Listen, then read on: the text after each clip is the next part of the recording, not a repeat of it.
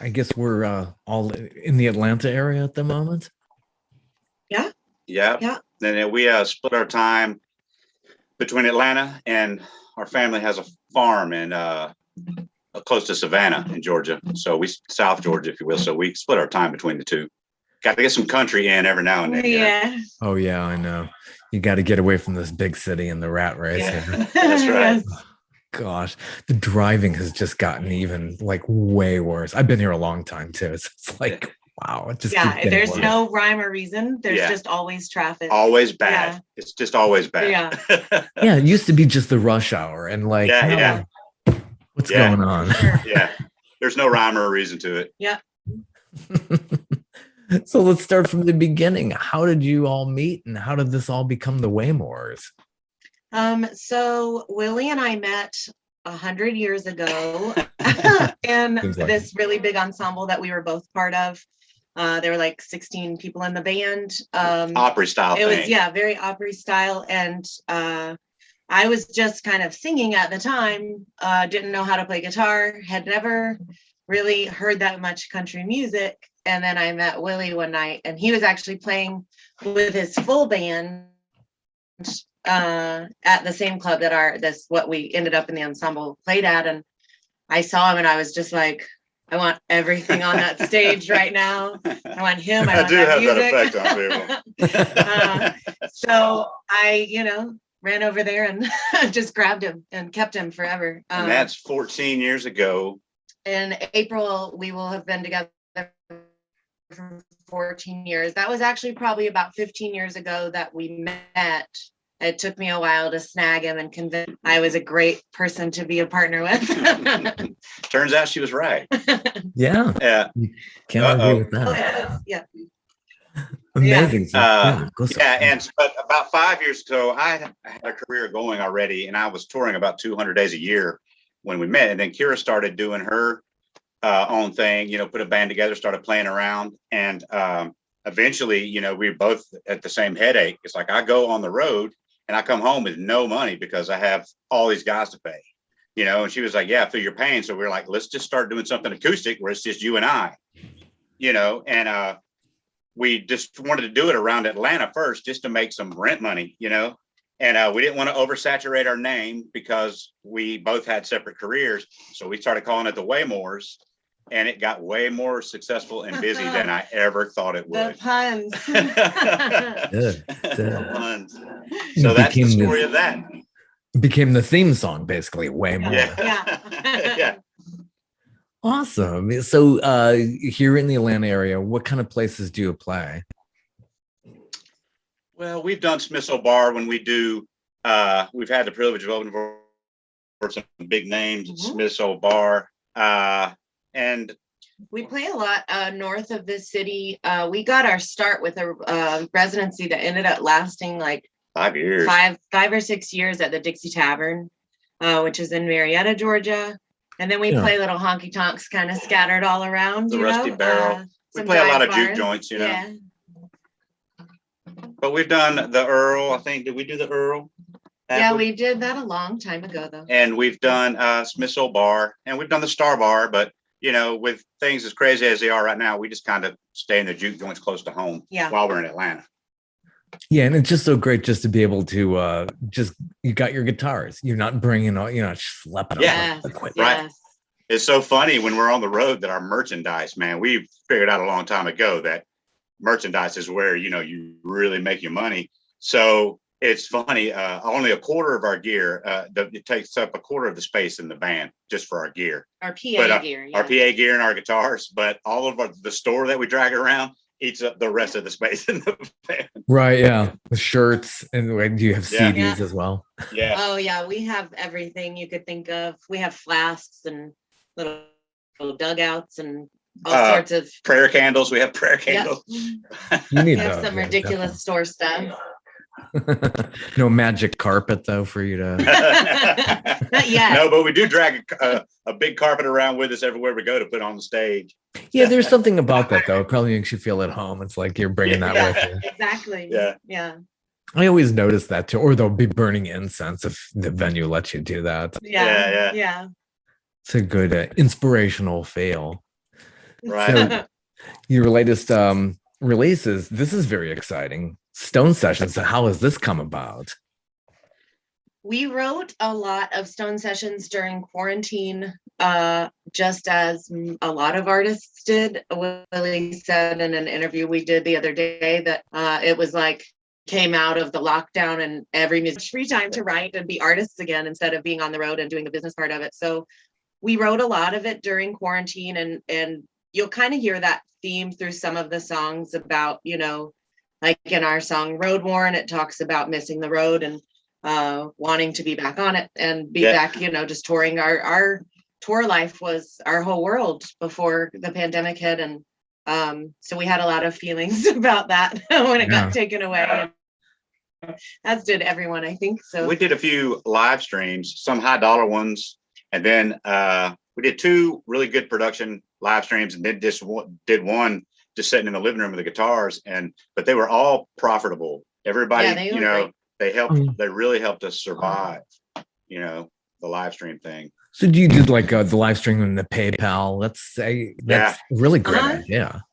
Yeah. And when you can't tour, it was just a beautiful thing. It really saved us. People really, we made a lot of money every time we did it. It was a beautiful thing. So putting Stone Sessions together, this is kind of the pandemic way of doing things. So you all did your vocals and sent files back and forth. And did you have like a good mix master? Is Steve Stone as your producer? Steve Stone, yeah. We would go to Steve's little studio, and we would lay down a scratch guitar and vocal tracks, but then we'd go ahead and put a bass track on it. Then we'd send it to Sean Thacker, our drummer, best drummer in Atlanta as far as I'm concerned. He would lay down a drum track and he would send it back over and say, what do you think of this? What do you think of that? It's not like you get to be in the same room together making it, like, hey, don't do this, do that. It takes a whole transaction to get that little bit of conversation down about what to do. So it was time consuming, but we did it, by golly. Yeah, we missed a little bit of the camaraderie that you get in the studio. Just having those little moments of creating together. An aha moment as a group, that was gone. But we still kind of, like Willie said, it just took a longer process to get there. So we'd get some tracks from our guys and sit around listening to them and debating them, and then contact our guys back and do this, don't do this, so it was all still there. It just took a little longer. Yeah, the steel pedal seems to be a prominent theme that runs through a lot of the songs here. Yeah, so Steve Stone plays steel all over the album. So he was just kind of sitting with these songs and he was like, I gotta do it. And we were thrilled because he's a great steel player. Yeah, he was a great steel player, and it was just fun to help even create some of the steel parts together, because I'm not a steel player, neither is she, but he's like, do this lick, do this. Yeah. So it was really fun because steel's not a luxury we have access to all the time. So it was really nice to make a record with, the steel guitar on there. It really added a lot of flavor to it.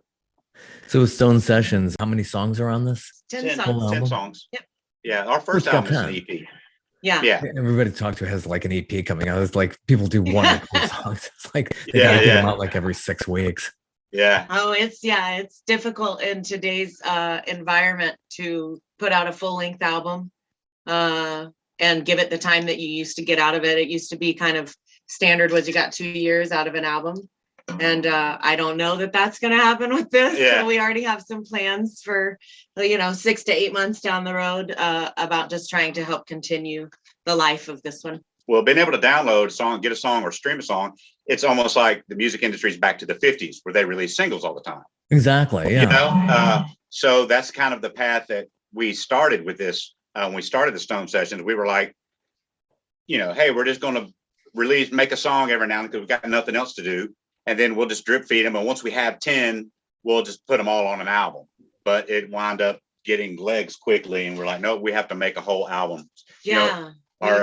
We wound up with Hello Wendy PR firm and out of California. And she said, stop doing that. She was like, stop everything you're doing. You're doing it wrong. Stop drip feeding. Make an album. As kindly as possible told me to stop what I was doing. And but she liked what she heard, and so we went the route. I trust her judgment completely, and she's put a lot of great stuff out under her firm, and so we stopped, we listened to her, and we're really glad that we did. Yeah.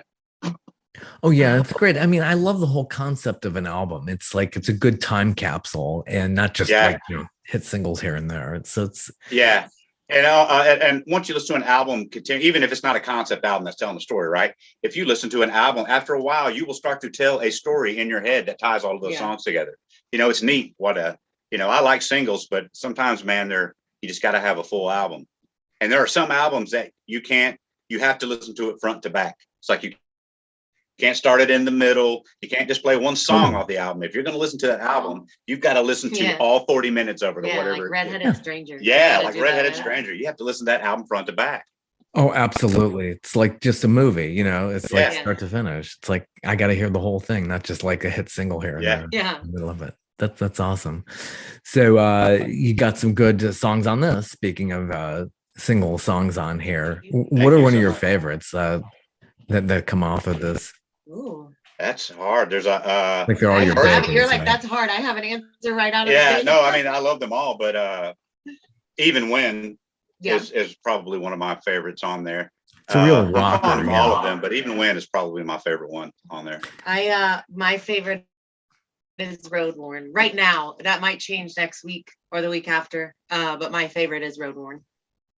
Nice. Yeah. Even When it's like, it's a real good rocker. It talks about relationships. Yeah. When they can go bad, right? Yeah. As they tend to do. Yeah. No offense, baby.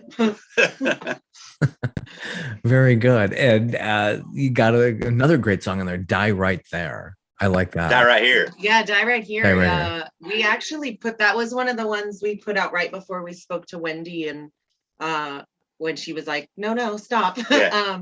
Die Right Here was really, that's kind of your baby. Well, Kira and I really write well together as to where if I can start something and have an idea of it and just show her what I've got. She taps right into my head and takes it, she basically is the other half of my brain now.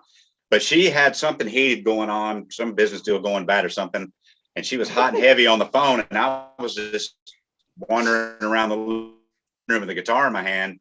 And I started, with that, just started talking about some of the friends that I knew that always said they were going to do this and conquer the world and never, still working at the factory in our hometown, So I wrote the chorus and part of a verse and showed it to Kira. And she was so mad and aggravated when I went over there to show her because of the phone call. And she just stopped and went blank. She went, cancel everything we're doing today. We're going to finish this song. And I went, yes, ma'am. And we sat around and crafted that sucker. But I really like it. I really like it. It's different and it's weird, but I like it. Yeah, it's got that Waylon Jennings. Yeah, Waylon Jennings. Very. Feel to it. Yeah, that was the direction we knew we were going to go with it when we started forming as a song. We knew we wanted that slow, Clive plays electric bass kind of feel to it.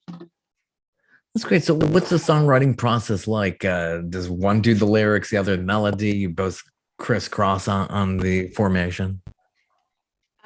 There's a lot of, yes, all of that. So sometimes Willie brings me something, sometimes I bring him something. It's very rare. I don't even know if we've ever sat down for like a writing session, like with intent to write. It always is something that stops us in our tracks. Like he said about Die Right Here, where he brought it to me and I was like, the whole day's screwed. We got to write songs now. Can I give you my antenna? So go ahead. So I have this theory about songwriting whenever people ask, because I know my capabilities as an artist. I'm also an illustrator and do other artistic things, but songwriting is different because to me, it's like you're just an antenna and you're receiving the song. The song is already out there in the world. Just the life that you live conditions you to be a certain type of antenna. And I believe that. So once you start getting the song, it's coming. I mean, I'll come in the door and go, we don't sit down to write. One of us will just bust in the door and go like, check this out. I've started this, and we will just cancel plans or do whatever. If we feel that song is about to be born, it's like a pregnant woman on the prairie, it's like this baby's coming right now. Stop. You got to stop everything you're doing. It's that same, we're birthing a song, but I thought my antenna was broken for a while because I was writing and writing and writing. Then one day it just stopped, and Kira Patch fixed my antenna. So now it turns out we both received the same signals. That's the way I look at it. They just kind of come on their own. Yeah, it's nice if one has writer's block, the other one can get the other one through it. Yeah. And yeah, sure. Absolutely. She is literally the other half of my brain when we're writing a song. I can't believe. I'm most of the brain, not just half. I'm most of it. Oh, that's funny. yeah. And the singing is just so soothing, and it really just goes so well along with a lot of these songs. And just, did you want to do like a full or a snippet of one of the tracks off of Sure. Stone Session? Sure, we can do a full song. We'll do a if you full song like, for yeah. you. Do you want to do even one? Sure. Figure out how to sit here. Are you ready? Nope. All right. You ready? I don't miss none of my friends left me high and dry back then. If you're sitting home just wondering, I don't miss you, I don't miss you even when walking alone in the cold, cold wind. Those old memories rushing in. The cold cut deep just like a long lost friend. I don't miss you, I don't miss you even when I see your photos in an old shoebox, keeping track of everything I've lost, trying hard to hold on to what I've got. It ain't a lie, it's not a lie. I got everything I need, worn out boots and homegrown weed. I'm the match, you're the gasoline. I don't miss you, I don't miss you constantly, till I see your photos in an old shoebox, keeping track of everything I've lost, trying hard to hold on to what I've got. It ain't a lie, it's not a lie. I don't miss none of my friends that left me high and dry back then. So if you're sitting home just wondering, I don't miss you, I don't miss you even when I don't miss you, I don't miss you even when.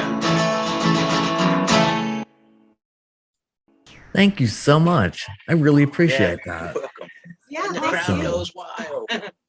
Yeah, exciting. A full-length LP. And I was thinking of your EP because I was listening to that just before all of this. Yeah, well, Yeah. good. Yeah, that's that guy's just an EP, but on the vinyl there are 10 tracks, but on the EP, CD the and the digital, digital, yeah. there's only 5. So EP you is- know, But on this one, on Stone Sessions, it's all 10, all the 10, way all around. 10 on it. Yeah, EP is called Weeds, which how long ago was that one released? 2019, 2019. I think. Yeah, I think April of 2019, that one was released. Yeah. was it? Because we went to Europe. Did we have it when we were in England? No. Okay. Nope. 2019. The timeline can get so foggy, especially after Yeah. We know our stuff. Yeah. dealing with COVID. I think our time is just like that's a 2-year. Yeah. Yeah, I barely know what year we're in right now, so that's What's a tough funny- question. What's funny about the quarantine is now everybody can write songs about being locked up, whether you've been to prison or not. Yeah. So many. Everybody's an outlaw. Even Van Morrison, who's been this big. Yeah. Gosh, who would ever have thought that? And Eric Clapton. Yeah, I know. Gosh. Matches is a really cool track. It's got that Johnny Cash vibe. I really love that. So he must be a huge influence on your work. Oh, For yeah, sure. yeah, for sure. Matches was kind of neat writing wise. Yeah. I wrote most of the verses, and then Willie came to me and was like, "Hey, I have this chorus that I wrote like 10 years ago." No, it was like 15 or yeah, 20. I've 15 been or carrying 20 this years ago. course around for almost 20 years. He's like, I think that it might fit. I've never had a song that it fit with. And so we tried it out and we were both like dancing in our shoes, you know, just in the middle of the living room, like, oh my God, it fits. I remember the first time we played it, we were in Pittsburgh on tour. We were staying at a friend's house on tour and we played it all the way through and we were just that's a thrilled. Hit. It wasn't a hit, but in my head it was. Your mind. Yes, it's a hit to us. It's really all that matters. Who cares about record company execs? Yeah, man, it's really it's a hit to us, and that's all that matters. Yeah, and to your fans, you know, the following and people who you're playing to in these places. So you know, it's really interesting to hear your backstory. You know, Willie, it's like sounds like a country song. Where were you born? This is like something that could be written about. I was born in Atlanta. So the story is, you know, it's what my family's always said. It was a bad winter storm. It was January. So my mother started having a baby and, my dad was way out in Woodstock, you know, and trying to get to the big hospital. But the roads were iced over. So my dad ran off the road. A police officer came along and swept everybody up and put us in the patrol car to take us to the hospital. So that's the big grand story. That's it. It just reads better on paper when you say born in a police car. You know, I did hear a tale from his family though that his dad was really upset when he got a bill and it said like the doctor's fee. Yeah. He's like, there wasn't a doctor there. It was me and a police officer.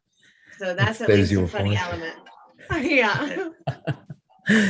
I'm sure it's played out many times in the Atlanta metro area when we do get that snow and ice and people pick on us. I grew up way north of here where there was snow in Cleveland, Ohio. So coming down here was a real treat to get away from it. But it's like, I understand. It's like, I'm staying off these roads. It's like, I'm not going anywhere. They don't treat anything. Yeah, people don't know how to drive in that kind of weather down here. Yeah, there's no way. Even the best, you know, you can't drive on that untreated surface. It's insane. Yeah. It really is. Yeah, for sure.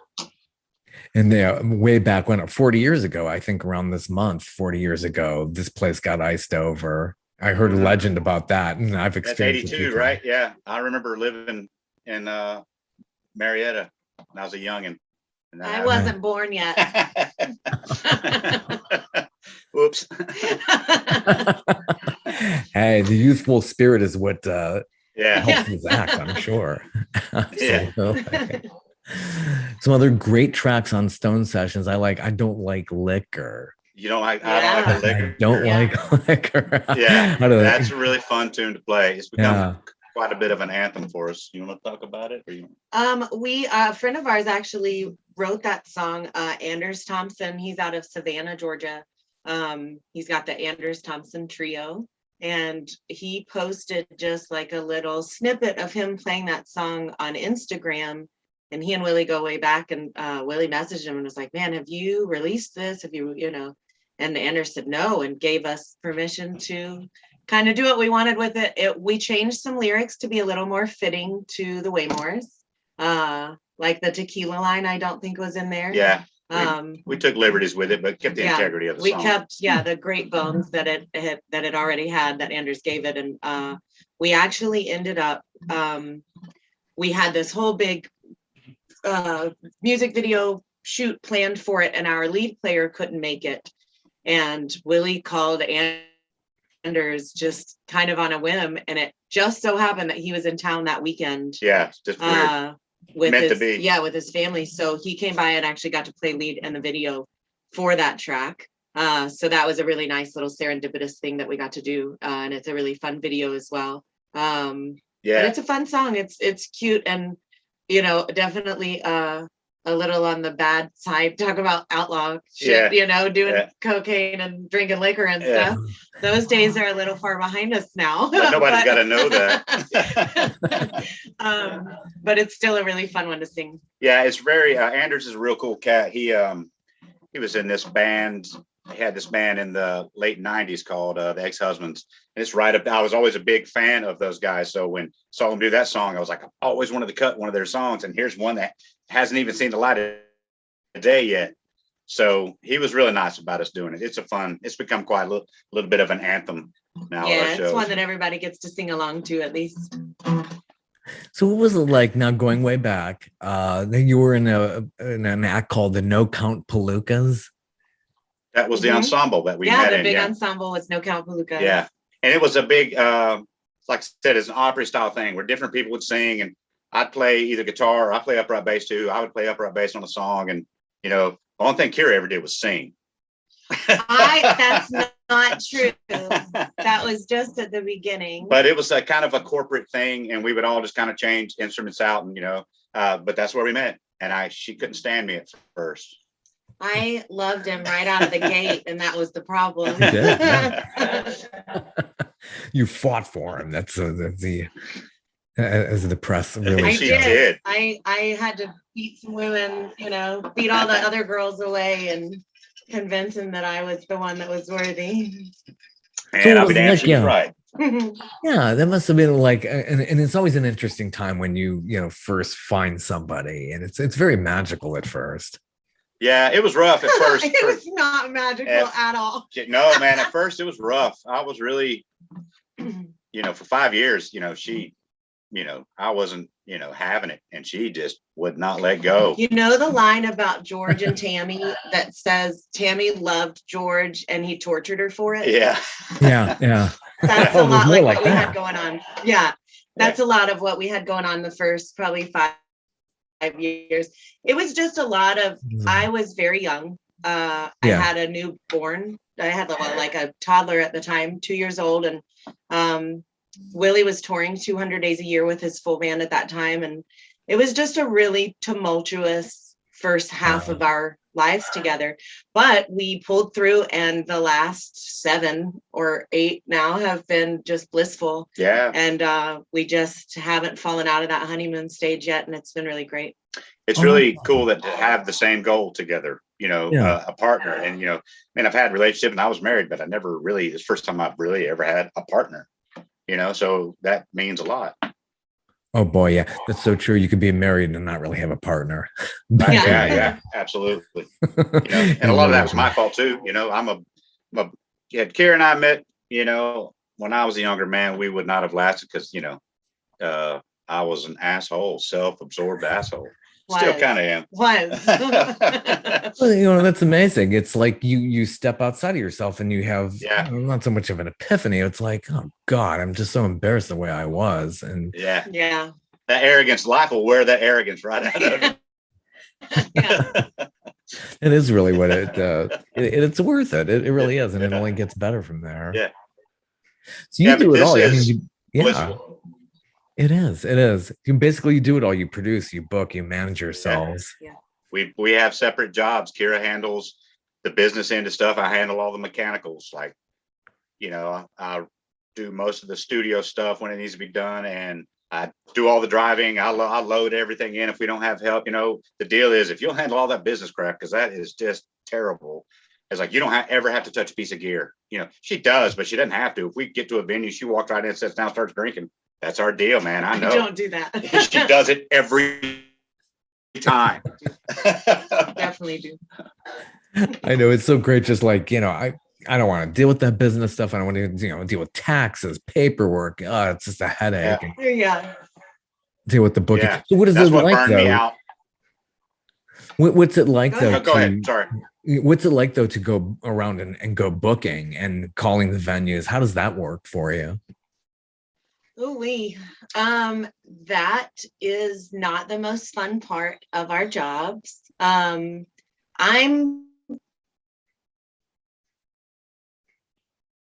work. Yes, it's true.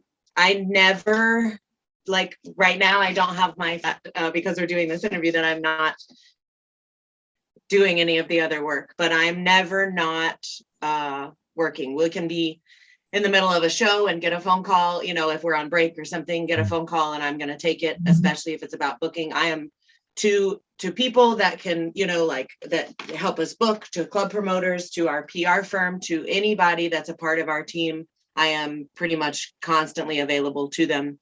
And I think that that's really important at this level, and to our fans as well, if they want to reach out and say how great we are, I want to hear it. I think that's really important at the level that we're at, because we're just now starting to see like a big incline, fingers crossed. And I think it's really important to be accessible to kind of everybody out there, just so that they know, like, you're not some curmudgeon that's, you know, like, oh, I hate this part of the job. It's a lot. It's overwhelming at times, but. And a lot of aspects of the game have changed since my career, you know, when I got my record deal, you know, there's, you know, the social media aspect of it, which is a must. I can't stand social media, but it's a necessary evil in this industry, you know. So on top of everything else she has to do, she has to make sure all these social media platforms are constantly updated. There's got to be constant content. I get tired of being filmed and pictures taken all the time, you know. So she's like, we got to have content. We have to have content. It is content. That's a whole other element of the game. You know, a lot of people, when they get to a level of success, they hire somebody to just do that for them. It's such a headache, you know. But Kira works really hard. She works. We both do. Yeah, thanks. Yeah. And also pays really to be your own, you know, your entrepreneurs. And but it's funny, I'll be driving down the highway. Yeah. Yeah. What do you, when you're driving down the highway? Yeah. And, you know, she'll have the laptop. I'm sorry about the delay. The delay gets me every time. It's killing it. I can tell.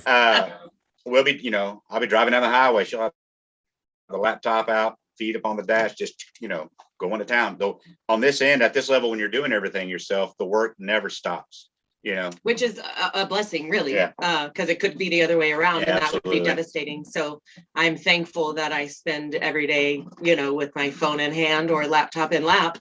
And, you know, because that means people are contacting us and there's communication there. So that's a really important thing. Yeah, and it goes beyond, you know, having to keep updating Facebook and Instagram and all of these other things. Yeah, it's quite. Sorry, it delayed. Can you repeat that? Yeah, it's just so much to sit there and have to constantly update Facebook and Instagram and all those things. Yeah, constant hassle. And if they would quit coming out with new ones, that would be great. Yeah, really. How do you turn around? I know, it's awful. And you got to get on them because everybody's on them, and it's like there's this fear of missing out. Once FOMO, fear of missing out. Yeah. Once I learn one, another one pops up, and I'm just, you know, I'm right there. We talked about how young and great I am, but I'm right there at that age where it's like some of this is starting to slip a bit, where, you know, Facebook and Instagram are the ones that I know. So like TikTok and Twitter and all these, I'm just kind of like, sure, I'll get on that too. But it's a challenge for sure. Yeah, isn't it nice though to have a daughter who's like tapped into that? I have one.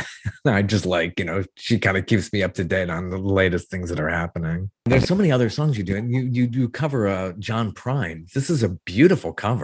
That was the one that we kind of, as a Waymores, we thought we would do just a little video for that song at our farm, our family's farm, and we had, you know, it got us going, right? We had people requesting us for shows all the way out in Arizona. That was our first like big tour, because somebody in Arizona got a hold of that video and they were like, we got to have you out here. So we booked that date and then booked a tour around it, routed around it. And we never stopped after that until the pandemic. In spite of ourselves, it's just a really lovely song. John Prine, Iris Dement, and just they do such a the lyrics I just love so much. Yeah, very, very nice. And also, there's a documentary out there too. I was perusing your YouTube channel. How did that happen? It was like a little promo thing. Somebody suggested that we needed a little quick documentary to show what we were about. So we were like, okay. So we just whipped our iPhones out and shot day-to-day life, you know, had a friend edit it down, and it got such a good response. We made 2. Yeah, we did. It's called The Rooster is Real, or The Rooster Was Real. The Rooster Was Real. Because in the first one, you can hear our rooster crow at the farm. And I was like, oh man, that's going to sound so fake. Yeah. And so we thought we'd put it out there. So The Rooster is Real, Volume 1 and 2. And it's just, that one is a lot of life down there, down in South Georgia or Middle Georgia, living on the farm and stuff. And we talk a lot about just how animals are better than people. And But there's a lot of interviews in there as well with our friend that edited it. She would ask us some questions just about how we came to be, and Yeah, it's fun. it was just a booking tool. Yeah. Really was all it started out to be, but I Captures like your them. personalities. Yeah. Yeah. Absolutely. Yeah. It gives you a good window into it, and who's this duo, and it really gets you like inspired. You've been touring. So are you basically like touring basically Georgia, Florida, Texas, Louisiana? Do you go beyond that area? We go to Arizona. We go out to New Mexico. Yeah.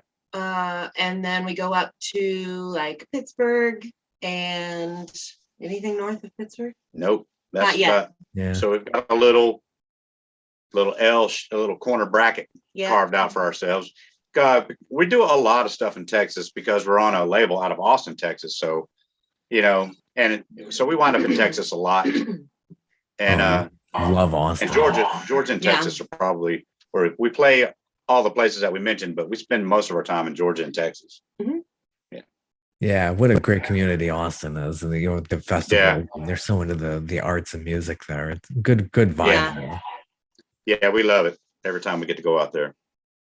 I was speaking of Texas, you cover Steve Earle. I like another great video. Oh yeah. Yeah, Still in Love with You. That's out there. That's right. We haven't played that in a while, but yeah, Steve Earle's one of my big heroes, and hers too now. Mm-hmm. So it would just, when we started doing the Waymores and the standards that we would play, because you have to fill a night, of course we do the traditional stuff, but we also play the Steve Earle songs that I want to play, but yeah, I really like I just really like Steve Earle's songwriting, and, been a fan for a long time. And the video is shot by this van. What does it say on the van? I'm just like curious. Colonial. It says Colonial. It was a Colonial bread truck. Yeah. Now it's like all hollowed out, and it's got wasps and hornets all in it and stuff. It was my uncle Dwayne's back in the 60s and in early 70s, I guess. I think it's an early 70s model. Yeah, but it was his van as a teenager, and he just never throws anything away. Yeah. I always see that. It kind of reminds me of American Pickers, that show on cable TV. Yeah. Junks off. Yeah. I think that too. Whose dog is in that video? That's our dog Loretta. That's our dog Loretta. She's out there now. Yeah. She's not allowed in here right now. While we're getting interviewed, she would take it over and be the shining star. We call her our Hollywood dog because during the filming of that, and then in several things after, she will sit on a mark and leave at the same time every take. Yeah, she would do the same thing every take. Like, this is incredible, and she just acts like such a prima donna. She's scared of everything, and she's a very Hollywood dog. Yeah, we had to stop using her because her head was getting too big. Yeah, perfect for Hollywood. Yeah, the covers are fantastic. Yeah, I could tell you who you are. Fantastic. Well, thank you for listening to all that. Yeah, thank you. I really enjoyed. I love that kind of music. It's just perfect for easy listening when you need to.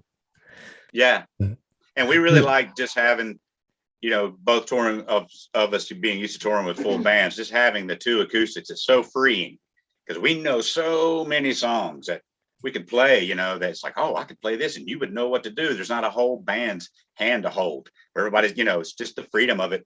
I love it. It's one of my favorite ways to perform, just her and I.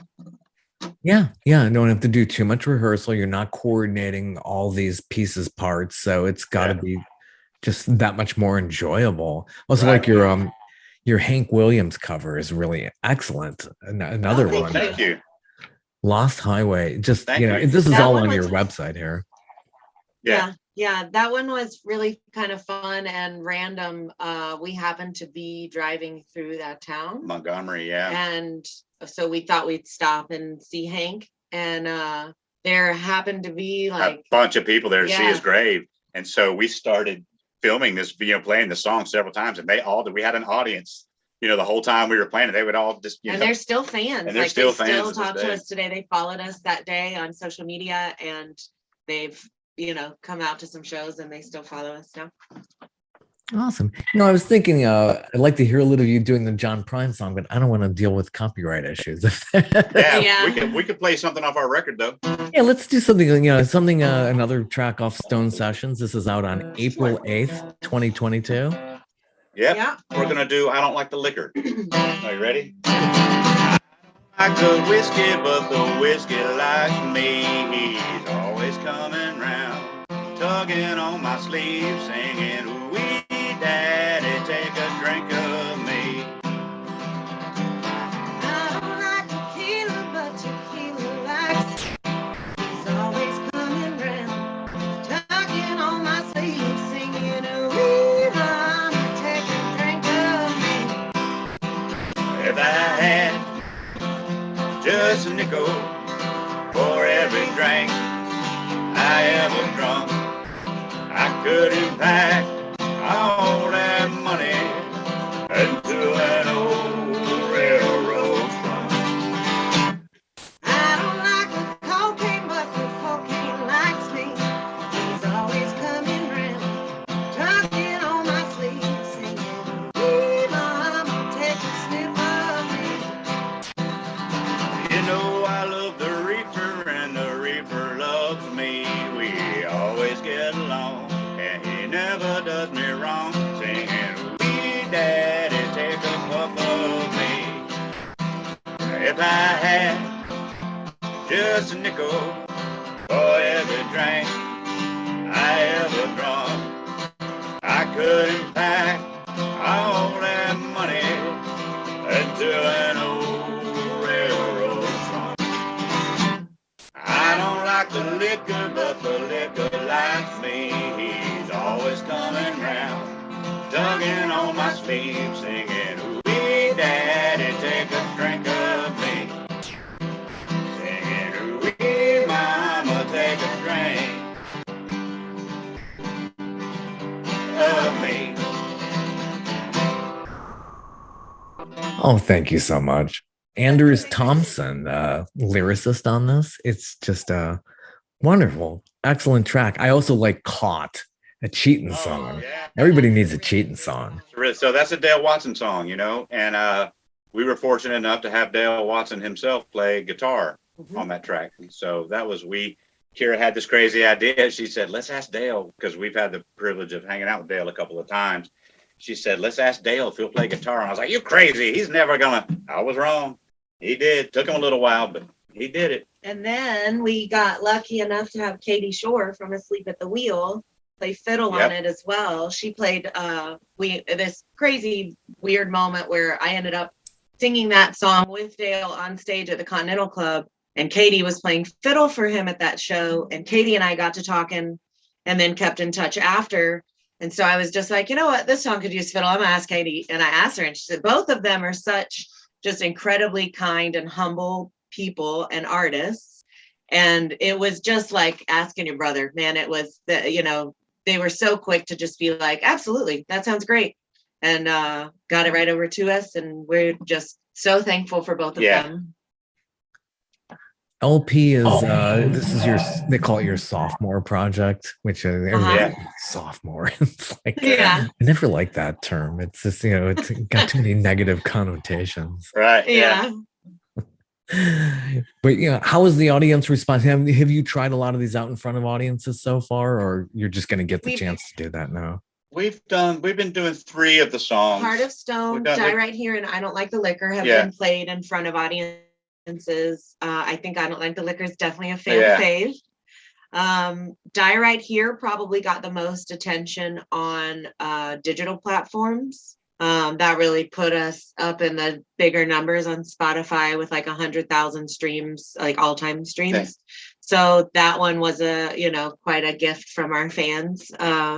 So those 3 have been played out, but we're so excited to we start touring again. Our first show back is February 5th, and then we start heavy touring again in March. And we're just thrilled to be able to sing some of these for them. And February 5th is at a little Marietta honky tonk called the Rusty Barrel. Yeah. And that's kind of our way. We cut our teeth in there.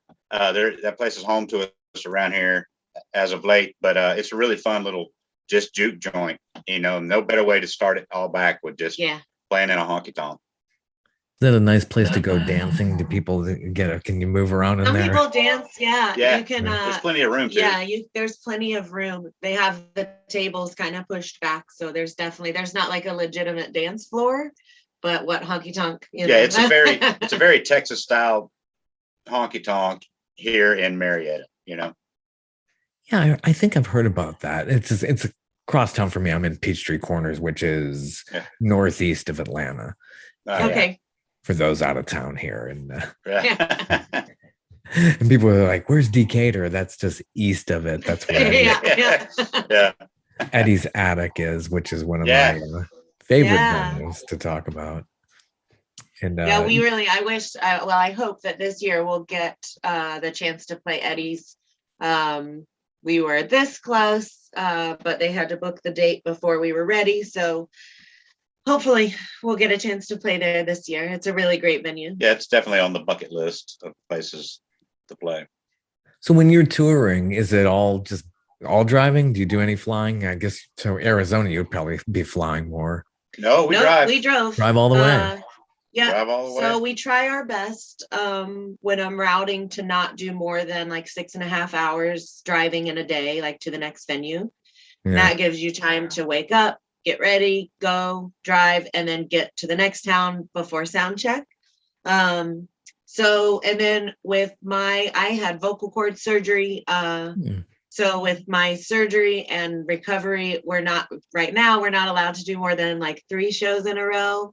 I skipped that a couple of times, that rule on this tour coming up in March. But we try to do like 4 days and then take a day or 2 off. And then, go on our way. But it's hard when people want you to play and you want to play. You want to get every time that you can. Yeah. How was that recovery from vocal cord surgery? What's involved with that? Oh, Willie's favorite. I had to be silent for about 2 months. And then I started he loved it. Then I started coming like each day doing just vocal warm-ups, and then I would just speak with him one-on-one or with my son one-on-one, and then it got to more conversational, like in a group, and now we're back full-time speaking, much to his dismay. Full-time speaking and singing. We're not quite at show level yet, but we will be by February 5th. We've got to start picking up our rehearsals a little bit, just to make sure that my voice is ready for 3 hours. Because right now rehearsals are still at about an hour. Because sometimes, you play showcases where you do 90 minutes, but sometimes you play the juke joints where you got to play all night long. Yeah. Love them both. Yeah. It's, it's so much harder than it looks. I mean, it's funny. Performers can make it just look so easy. It's like, how hard can that be? I'm just going to sing here in front of people 2-3 hours. Yeah. You don't know what that. You try that. Yeah.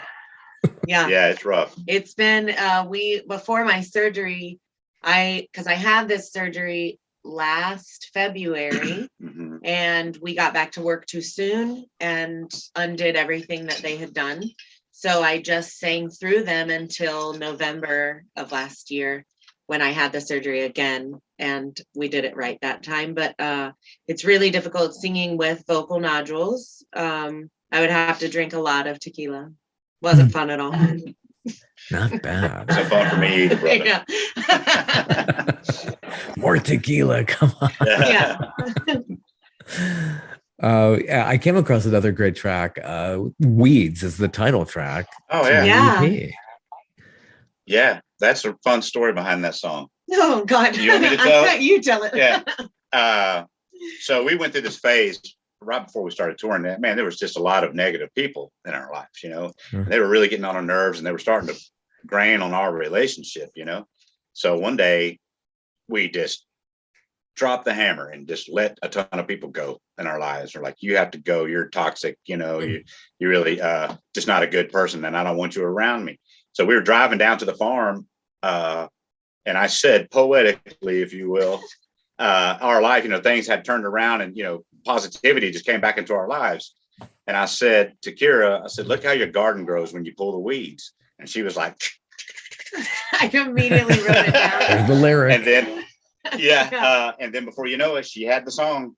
That's all her. It's a great song, and she really does a great vocal performance on it as well. Thanks. Love that. It's you and me, baby, westbound and down. Yeah. That's right. So right when we let those, like the first big positive light, that because it's hard to let people go in your life. You don't know if you're making the right decision. And we were kind of leaving it up to the universe to let us know that we had made the right decision. And that's when our tour all the way out west. Our first big tour came around. Yeah, our first big tour came around. So that was that line about it's you and me, westbound and down. Because that was our sign that, you made the right choice. And man, we have not looked back since. Yeah. It's and we kind keep of great. And, it's hard in this industry to not let those kind of just terrible people get into your life, because the music industry is riddled with them, and so we're very guarded now. We're very particular about who we let into our lives. And we have, not saying that we have a lot of friends. We have friends all over the country that we love and adore. But we learned a valuable, lesson that it's like, hey, man, there are people that are not your friends. They just want what they think your place in the industry. They're looking for something from you. Yeah. So we keep people at a good arm's length.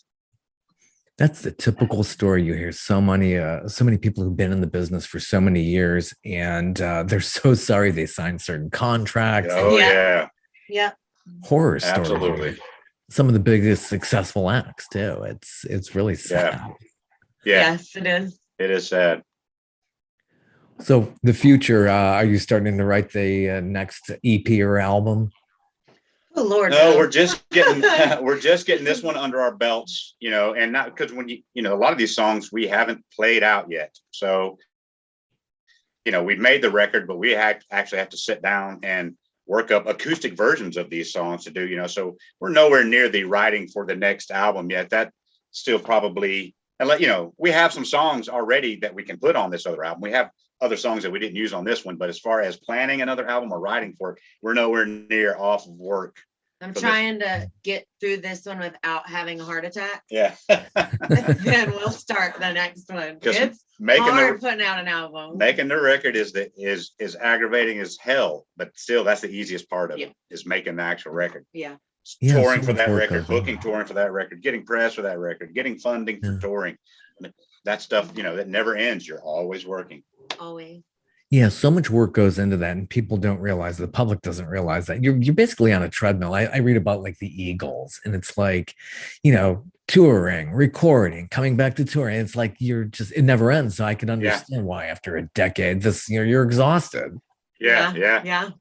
That was funny thing about the quarantine was there was a couple times. I mean, we were just about to head to England for 2 weeks for another tour in England, and like 2 days before everything shut down, and we were so aggravated about it. But then a little bit later, once we started like writing and started to see a light at the end of the tunnel, we're like, this was actually a great reset, because man, I was tired. The whole song Road Worn is talking about Kira, unpacking, us unpacking our suitcases. We hadn't unpacked suitcases in 2 years. Yeah. It's like, wow, this feels wrong. These clothes go in a suitcase, not a dresser drawer. Yeah. Curious about this one other song called Dumb Old Dog. Who is that? Oh, Who's that about? That's about great. Yeah, that's a great, that's a funny story. I'm talking a lot, but that's a funny story. Continue. We were trying to write a children's song. We just thought, hey, let's just try to write a children's song. And it took an adult turn real fast. Hilarious. It actually, some of our friends make cameos in that song. I don't know that they know this. Maybe I shouldn't say it. Yeah, maybe you shouldn't. But we named like all of the people that we name, and they're our friends of ours. Yeah. They don't have the traits of the characters in the songs. Some of them do. Some of them do, absolutely. But we used some friends' names. It's a fun song. I really like that song. Yeah, never got a woman because he's always Yeah, because he always stunk. Yeah. But the moral to it is, don't get mad at the snake when you get snake bits. It's like, why do you expect people to do different than they're going to do? It's like, it's your fault for being upset at them for thinking they're going to be a good person when they're not a good person. Awesome. So Stone Sessions is out April 8th. Chicken Ranch Records, that's out of Austin. Right. Yes, awesome. Sir. Well, thank you so much for stopping by and talking thanks about the for new having us. album. Thank you so much for having us. Thank you. Take care and best wishes on the road. Stay safe. Have a good one. Thanks. Thanks, Come you see us too. sometime. Yeah, come Absolutely see us in will. Atlanta. Take care. Bye All bye. right.